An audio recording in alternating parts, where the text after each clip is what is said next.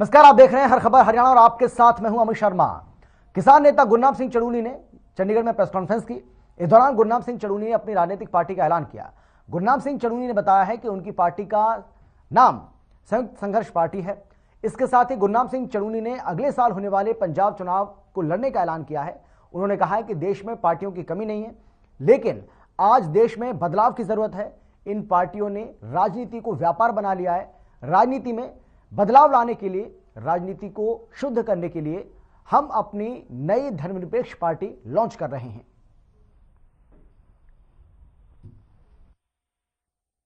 बंदे दी आमदन 35 रुपये रहेगी। अंग्रेज साडी पॉलिसी नहीं बना रहे। ਅੱਜ ਸਾਡੇ ਦੇਸ਼ ਦੇ ਲੀਡਰ, ਸਾਡੇ ਦੇਸ਼ ਦੇ ਨੀਤੀਕਾਰ ਸਾਡੀ ਪਾਲਿਸੀ ਬਣਾ ਰਹੇ ਨੇ ਤੇ ਸਾਡੇ ਦੇਸ਼ ਦੇ ਨੀਤੀਕਾਰਾਂ ਨੇ ਪੂੰਜੀਵਾਦ ਨੂੰ ਬੜਾਵਾ ਦਿੰਦੇ ਹੋਏ ਪੂੰਜੀਪਤੀਆਂ ਦੇ ਪੱਖ ਦੀਆਂ ਨੀਤੀਆਂ ਬਣਾਈਆਂ ਨੇ। ਆਮ ਗਰੀਬ ਬੰਦੇ ਦੀ ਪੱਖ ਦੀ ਨੀਤੀ ਨਹੀਂ ਬਣਾਈ ਤੇ ਇਸ ਕਰਕੇ ਅੱਜ ਅਸੀਂ ਆਪਣੀ ਨਵੀਂ ਪਾਰਟੀ ਲਾਂਚ ਕਰ ਰਹੇ ਹਾਂ, ਸੰਯੁਕਤ ਸੰਘਰਸ਼ ਪਾਰਟੀ ਦੇ ਨਾਂ ਤੋਂ। ਤੇ ਸਾਡਾ ਮਕਸਦ ਜਿਹੜਾ ਹੋਏਗਾ ਉਹ ਰਾਜਨੀਤੀ ਨੂੰ ਸ਼ੁੱਧ ਕਰਨਾ ਹੈ, ਚੰਗੇ ਲੋਕਾਂ ਨੂੰ ਅੱਗੇ ਲਿਆਉਣਾ ਹੈ, ਮਾੜੇ ਲੋਕਾਂ ਨੂੰ, ਭ੍ਰਸ਼ਟ ਲੋਕਾਂ ਨੂੰ, ਉਹਨਾਂ ਨੂੰ ਜਿਹੜਾ ਦੇਸ਼ ਨੂੰ ਲੁੱਟ ਰਹੇ ਨੇ, ਜਿਹੜੇ ਦੇਸ਼ ਨੂੰ ਦੀ ਪਾਲਿਸੀ ਬੜੇ ਪੂੰਜੀਪਤੀਆਂ ਦੇ ਪੱਖ ਦੇ ਵਿੱਚ ਬਣਾ ਰਹੇ ਨੇ, ਗਰੀਬਾਂ ਨੂੰ ਲੁੱਟਣ ਦੀ ਪਾਲਿਸੀ ਬਣਾ ਰਹੇ ਨੇ, ਉਹਨਾਂ ਲੋਕਾਂ ਨੂੰ ਰਾਜਨੀਤੀ ਤੋਂ ਬਾਹਰ ਜੇਬ ਵਿੱਚ, ਸਭ ਤੋਂ ਗਰੀਬ ਲੋਕਾਂ ਦੀ ਜੇਬ ਵਿੱਚ ਪੈਸਾ ਜਾਏ। ਮੂਲ ਮਕਸਦ ਜਿਹੜਾ ਹੋਏਗਾ ਉਹ ਸਮਾਨਤਾ ਲਿਆਉਣ ਦਾ ਹੋਏਗਾ, ਨਿਆਂ ਲਿਆਉਣ ਦਾ ਹੋਏਗਾ, ਨਸ਼ਾਖੋਰੀ ਰੋਕਣ ਦਾ ਹੋਏਗਾ, ਇਲਾਜ ਫ੍ਰੀ ਕਰਨ ਦਾ ਹੋਏਗਾ, ਪੜ੍ਹਾਈ ਫ੍ਰੀ ਕਰਨ ਦਾ ਹੋਏਗਾ। ਜਿਹੜੇ ਸਾਡੇ ਯੁਵਾ ਵਿਦੇਸ਼ਾਂ ਨੂੰ ਜਾ ਰਹੇ ਨੇ ਉਹਨਾਂ ਵਾਸਤੇ ਵੀ ਅਸੀਂ ਜਿਹੜਾ ਹੈ ਏਜੰਟਾਂ ਦੇ ਚੁੰਗਲੋਂ ਤੋਂ ਬਚਾ ਕੇ ਉਹਨਾਂ ਨੂੰ ਸਰਕਾਰੀ ਏਜੰਸੀਆਂ ਆਪਾਂ ਖੜੀ ਕਰਾਂਗੇ ਜਿਹੜੀ ਉਹਨਾਂ ਨੂੰ ਬਾਹਰ ਭੇਜਣ ਦਾ ਕੰਮ ਕਰਨ। ਉਹ ਸਾਰੀ ਚੀਜ਼ਾਂ ਅਸੀਂ ਜਿਹੜਾ ਹੈ ਜਿਹੜੀ ਸਮਾਜ ਨੂੰ ਲੋੜ ਹੈ ਉਹਨਾਂ ਵਾਸਤੇ ਸਾਡੀ ਪਾਰਟੀ ਜਿਹੜੀ ਉਹ ਕੰਮ करे। ਤੇ ਅੱਜ ਤੋਂ ਸਾਡੀ ਪਾਰਟੀ ਦਾ ਨਾਮ ਸੰਯੁਕਤ ਸੰਘਰਸ਼ ਪਾਰਟੀ ਹੋਏਗਾ। ਇਸ ਤੋਂ ਥੱਲੇ ਆਪਾਂ ਜਿਹੜਾ 2022 ਦਾ ਇਲੈਕਸ਼ਨ ਹੈ ਪੰਜਾਬ ਦਾ ਉਹ ਲੜਾਂਗੇ। ਪੰਜਾਬ ਤੋਂ ਸ਼ੁਰੂਆਤ ਹੈ ਤੇ ਅੱਗੇ ਜਿਵੇਂ ਵੀ ਤੁਹਾਡਾ सहयोग मिलता रहेगा। कैथल से खाटू श्याम के लिए निःशुल्क बस सेवा की शुरुआत हो चुकी है, जिसको कांग्रेस के राष्ट्रीय महासचिव रणदीप सिंह सुरजेवाला ने हरी झंडी दिखाकर रवाना किया। इस दौरान सुरजेवाला ने सरकार पर जमकर निशाना साधा। प्रदेश में हो रही धांधलियों पर बोलते हुए उन्होंने कहा है कि छोटे से मुखौटे को टर्मिनेट कर असली मुजरिम को बचाने की कोशिश हो रही है। असली मुजरिम तो सत्ता के गलियारों में बैठे हैं। प्रदेश में अटैची 2 नौकरी लोग का काम चल रहा है। बुढ़ापे पेंशन में आय की शर्त जोड़ने को गलत बताते हुए सुरजेवाला ने कहा है कि मनोहर सरकार को कुछ देने के बजाय वापस लेने का काम कर रही है। आज भगवान खाटू नरेश और सालासर मंडल के सब साथियों ने कैथल शहर के इलाके के बुजुर्गों को, हमारी माताओं बहनों को हर हफ्ते सालासर जी की और खाटू श्याम जी के मंदिर की निःशुल्क यात्रा की एक बेहतरीन शुरुआत की है। इससे अच्छा पवित्र कार्य कोई हो नहीं सकता। मैं व्यक्तिगत तौर से हमारे समिति के अध्यक्ष, मंडल के अध्यक्ष मनोज जी को, भाई धर्मवीर केमिस्ट जी को, सब साथियों को उनको साधुवाद भी देता हूं और उनका धन्यवाद भी करता हूं कि बुजुर्गों को तीर्थ स्थान के दर्शन करवाने से बेहतरीन कोई कार्य हो ही नहीं सकता।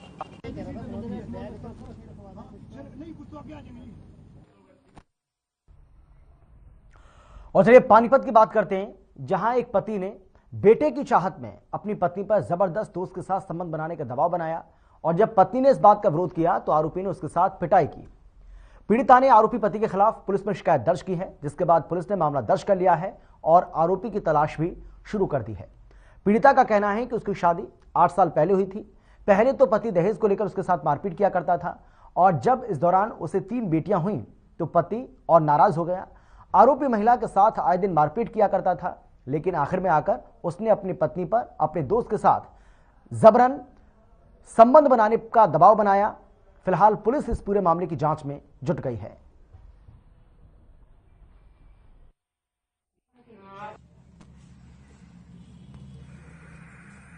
हमारे पास तस्दीक के लिए दरखास्त आई हुई थी, पहले ऊपर से आई थी महिला थाने से। तो 13 तारीख को हमने मुद्दई पूनम को बुलाया था थाने में। तो उन्होंने बतलाया कि भाई मुझे ना मुकदमा दर्ज कराना है, हमारा जो समझौता नहीं हो सकता।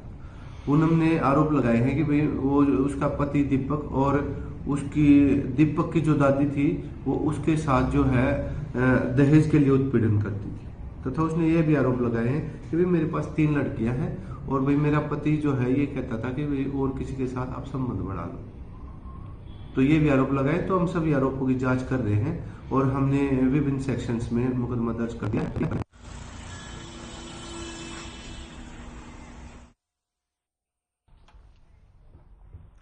हिसार के गांव मिरका में हत्याकांड और मारपीट मामले को 5 दिन हो चुके हैं, लेकिन अभी तक प्रशासन ने आरोपियों को नहीं पकड़ा है और इस कारण परिवार और समाज के लोगों में काफी रोष देखने को मिल रहा है। परिजन पिछले 4 दिन से हिसार के सिविल अस्पताल में अनिश्चितकालीन धरना दिए हुए हैं। परिजन सभी आरोपियों की गिरफ्तारी और मुआवजा के साथ ही गन लाइसेंस पीड़ितों को सरकारी नौकरी की मांग पर अड़े हुए हैं। आपको बता दें कि बीते मंगलवार को हिसार के गांव मिरका में 3 लोगों को चोरी का आरोप लगाकर घर से काम करवाने के बहाने खेत में ले जाकर मारपीट की थी, जिनमें एक व्यक्ति विरोध के मौके पर मौत हो गई थी, जिस कारण परिजन भारी रोष में दिखाई पड़ रहे हैं। जाति के लोगों के साथ नहीं होते, वाल्मीकि जाति दुश्मन भी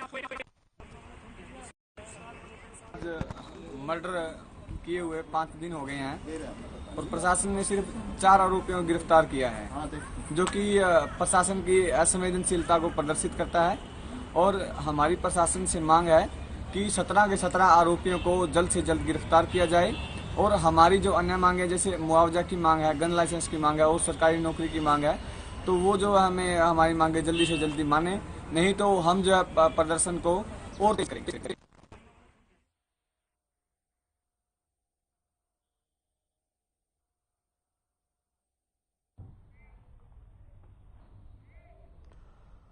और चलिए बात करेंगे फतेहाबाद के रतिया की, जहां बदमाशों का आतंक देखने को मिल रहा है। रतिया में शराब के नशे में धुत 3 युवकों ने कपड़े की दुकान पर काम करने वाले युवक मनीष से जमकर मारपीट की है। वहीं ये वारदात यहां लगे सीसीटीवी कैमरे में कैद हो गई। पीड़ित ने इसकी शिकायत पुलिस को दे दी है। पीड़ित ने बताया है कि वो कल रात को करीब 8 बजे दुकान बंद करके अपने घर जा रहा था। मेन बाजार में जब वो एक रेहड़ी पर कुछ खा रहा था तो शराब के नशे में धुत 3 युवक आए और उसे अपने पास बुला लिया। जब वो उनके पास गया तो युवकों ने उससे मारपीट शुरू कर दी।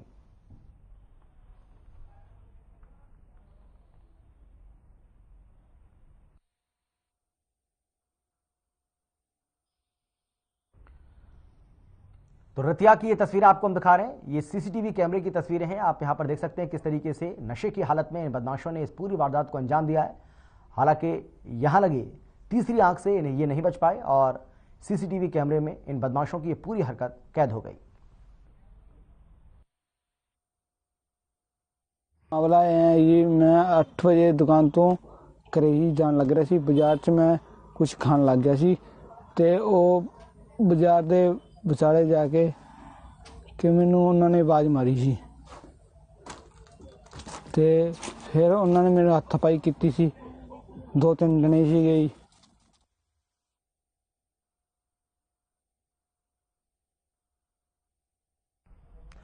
मशहूर हरियाणवी गायक मासूम शर्मा और उसके भाई पर रेप समेत कई धाराओं के तहत मामला दर्ज हुआ है।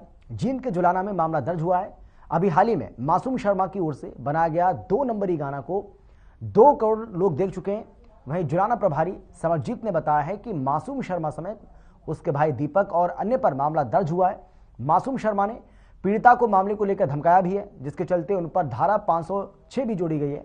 पुलिस ने मामले में जांच भी शुरू कर दी है। हरियाणवी कलाकार है मासूम शर्मा, महिला ने शिकायत दी है, क्या मामला पूरा? ये एक शिकायत मिली थी महिला से कि पिस्तौल के बल पे उसके साथ रेप किया गया, तो इस संबंध में अभियोग अंकित किया गया है। तो 4 लोगों के खिलाफ इसमें नामजद किए गए हैं। जो हरियाणवी कलाकार है उस पर धमकी देने वाले आरोप लगाए गए। बाकी क्या नाम है सर कलाकार का? मासूम शर्मा के खिलाफ धमकी देने वाले आरोप लगाए गए। फिर भी इसमें साइबर सिटी के खिड़कीदौला इलाके में हुई करोड़ों की चोरी मामले में एसटीएफ ने गैंगस्टर विकास लगरपुरिया के खास गुर्गे को रोहतक से गिरफ्तार किया है। अजीत नामक इस बदमाश पर आरोप है कि वारदात के दिन ये न केवल घटनास्थल पर मौजूद था बल्कि गैंगस्टर के इशारों को फॉलो कर रहा था और अपने साथियों की करोड़ों की चोरी में सहयोग भी कर रहा था। पैसा ज्यादा होने के चलते करोड़ों की चोरी को 2 दिन में अंजाम दिया गया था। दरअसल करोड़ों की इस चोरी का असली मास्टरमाइंड डॉक्टर सचिंदर जैन नवल ही था, जिसके इशारे पर करोड़ों की चोरी को अंजाम दिया गया और इस काम में डॉक्टर नवल का साथ गैंगस्टर विकास लगरपुरिया ने दिया था। वहीं चोरी की वारदात के बाद से ही विकास लगरपुरिया और उसके साथ ही फरार चल रहे थे।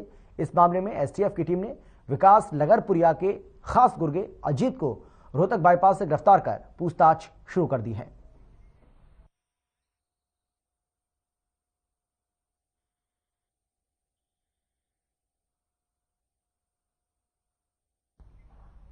हरियाणा विद्यालय शिक्षा बोर्ड की ओर से आज और कल 2 दिनों तक एस्टेट परीक्षा आयोजित की जाएगी। ये परीक्षा नकल रहित हो, इसके लिए बोर्ड की ओर से तमाम तैयारियां की गई हैं। बोर्ड ने मुख्यालय समेत पूरे प्रदेश में सीसीटीवी की निगरानी कक्ष यानी कि कंट्रोल रूम बनाए और इन सेंटर्स से भिवानी में बैठकर ही पूरे प्रदेश के सेंटर की निगरानी की जा सकती है। प्रदेश में धारा 144 लागू की गई है ताकि फोटो स्टेट की दुकानें बंद करवाई जा सकें।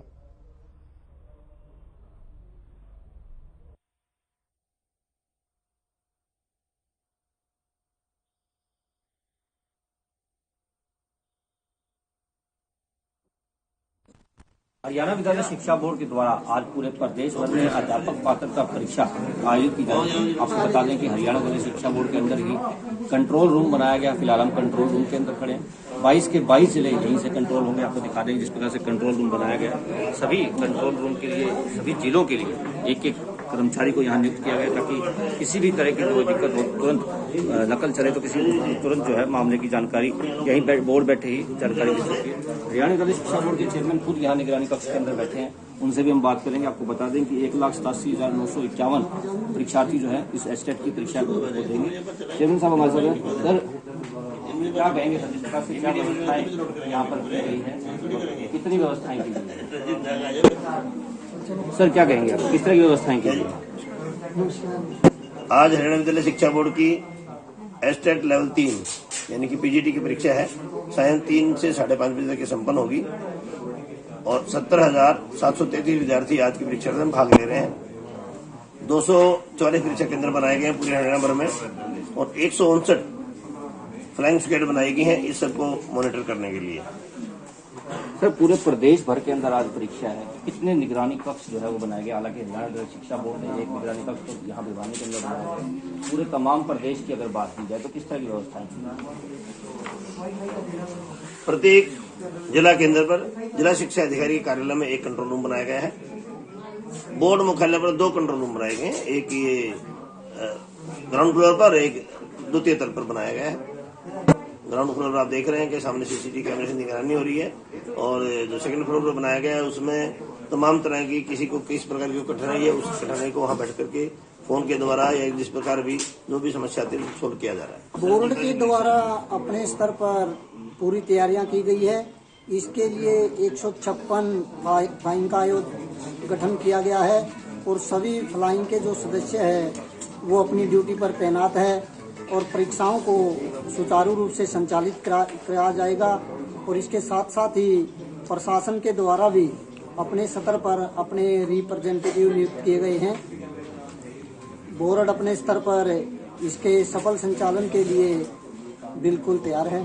बिल्कुल सर, हालांकि प्रशासन से भी आप लोगों ने निवेदन किया था कि धारा 144 भी लगाई जाए, बात की जाए सेंटरों के ऊपर भी और तमाम सेंटर, कितने सेंटर जो है पूरे प्रदेश भर में बनाए गए? आज की जो लेवल 3 की परीक्षा है इसके लिए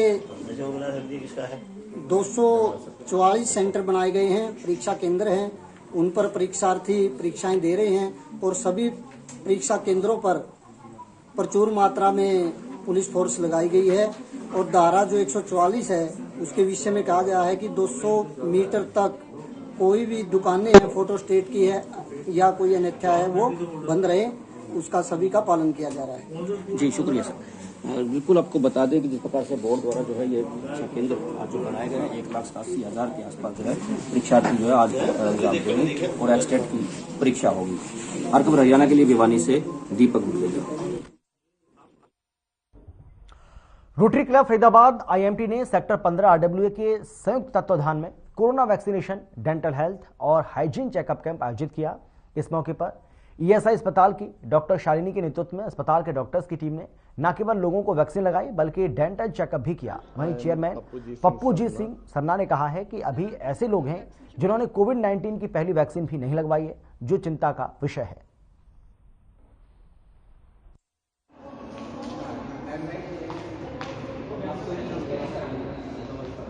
क्या नाम है सर आपका? I am Pappuji Singh Sarna. सारी गवर्नमेंट के और हेल्थ डिपार्टमेंट की एफर्ट्स वेस्ट हो जाएंगे अगर लोग अपनी फर्स्ट डोज नहीं कंप्लीट करेंगे और जिन्होंने फर्स्ट लगवाई है वो सेकंड के लिए आगे नहीं आएंगे। बिकॉज अब फिर से जैसे ओमिक्रॉन का आ रहा है, वेव आने की संभावना है विश्व में और देशों में तो आ चुका है।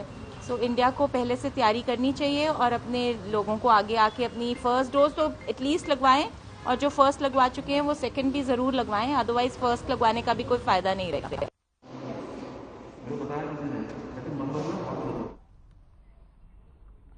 लगातार सर्दी बढ़ने से किसान खुश हैं। आपको बता दें कि गेहूं की फसल के लिए सर्दी अमृत का काम करती है। हालांकि अन्य फसलों के लिए ये ठंड कई बार नुकसानदायक भी होती है। खेतों में काम कर रहे किसानों ने बताया है कि सर्दी बढ़ने से गेहूं की फसल में अच्छा फायदा होने की उम्मीद है, तो वहीं अन्य फसलों में ज्यादा सर्दी होने से नुकसान भी हो सकता है, जैसे कि आलू और सरसों की फसल में ज्यादा सर्दी नुकसानदायक होती है। वहीं ज्यादा ठंड के चलते गेहूं की फसल अच्छी होती है और इसीलिए उम्मीद है कि इस बार गेहूं की फसल काफी अच्छी होगी।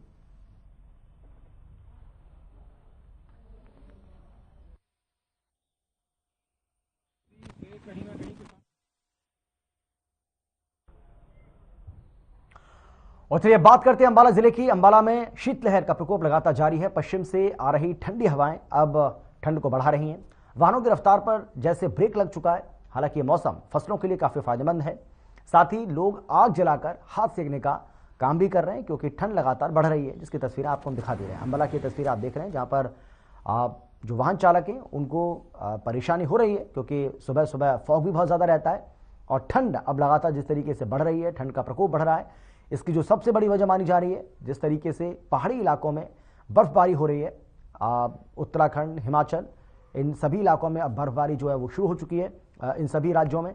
और यही वजह है कि पहाड़ी राज्यों में जिस तरीके से बर्फबारी हो रही है उसका मैदानी इलाकों में असर देखने को मिल रहा है और अब यहाँ भी ठंड और ठिठुरन दोनों बढ़ रहे हैं, जिसके लिए लोग ठंड से अपने आप को बचाने के लिए अलाव का सहारा ले रहे हैं।